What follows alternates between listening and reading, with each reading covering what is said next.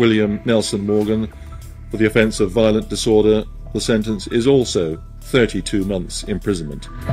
Hi buddy, రీసెంట్గా యూకేలో గొడవలు స్టార్ట్ అయినాయి కదా.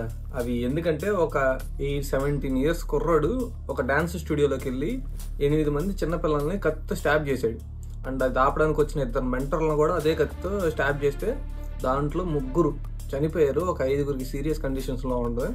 అండ్ ఈ సోషల్ మీడియాలో ఒక ఫేక్ న్యూస్ అనేది స్ప్రెడ్ చేశారు. అతను ముస్లిము అండ్ వాళ్ళ పేరెంట్స్ కూడా ఇక్కడ పిఆర్ కాబట్టి అందుకని anti Muslim and anti immigrants ఇద్దరు కలిసి గట్టిగా ప్రొటెక్ట్ చేస్తున్నారు.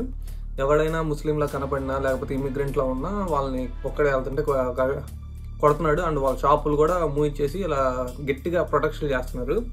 అండ్ ఈ ప్రొటెక్షన్ చేస్తున్న 2 మెయిన్ లీడర్స్కి ఈరోజే లివర్పూల్ కోర్టులో ఒక 32 months జైలు శిక్ష అయితే వేశారు. సో నాకు తెలిసి ఇది 1 or 2 weeks సార్ట్ అవుట్ చేస్తారని అనుకుంటున్నాను.